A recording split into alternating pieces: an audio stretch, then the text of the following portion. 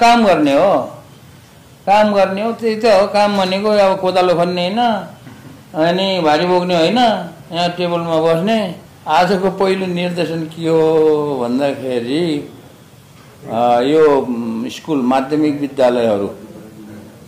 विद्यालयहरूमा कम्प्युटर शिक्षा चाहिँ पठन पाठन चाहिँ हुन्छ। कहीँ भएको छ, कहीँ भएको छैन। अब जहाँ भएको छ त्यो चाहिँ अलिकति हुनेहरूले पुर्याउन सक्नेहरू, त्यहाँको नेताहरू भनौँ न, जनप्रतिनिधिहरू अलिकति शिक्षित भएका, अलिकति चाहिँ भनौँ न चल्ता पुर्जा छन् भने त्यस्ता ठाउँको पालिकाको विद्यालयहरूमा कम्प्युटरहरू पढाइरहेछ। तर सबै ठाउँमा छैन के, सबै स्कुलमा माध्यमिक विद्यालयसम्म सबै स्कुलहरूमा कम्प्युटर शिक्षालाई अनिवार्य पनि गरेको छैन।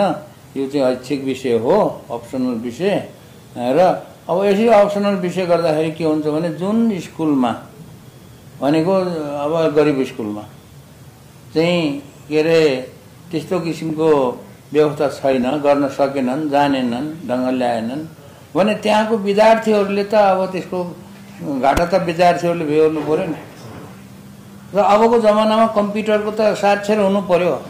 कम्प्युटर पढाएर उनीहरूलाई एकदम कम्प्युटरको एकदमै ठुलो साइन्टिस्ट बनाउन खोजेको होइन।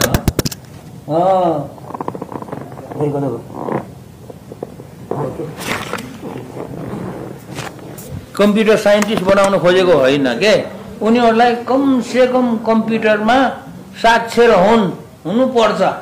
अबको जमानामा कम्प्युटरमा साक्षर भएन भने अब उहिलेको जमाना जस्तो निरक्षर भए जस्तो होइन, अक्षर नचिन्ने भने जस्तो हुन्छ। त्यसैले यो कुरो शिक्षक त हुनु पर्यो। अब अलिअलि मान्छेहरूलाई ट्रेनिङ दिएर यसो कम्प्युटरको अलिअलि पढाइ गर्ने भन्ने कुराहरू पनि गर्छन् कसैले। तर कम्प्युटर विषय नै लिएको मान्छे नै चाहिन्छ कम्प्युटर शिक्षा दिनको लागि। किनभने कम्प्युटरको यो जुन छ सूचना प्रविधिको कुराहरू छन्, यो चाहिँ एकदमै छिटो परिवर्तन भइरहेको छ।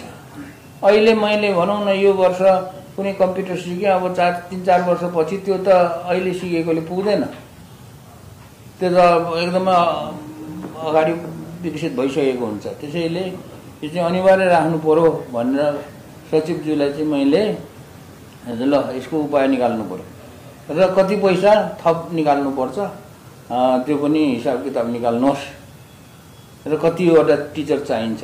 किनभने सबैमा त चाहिँदैन।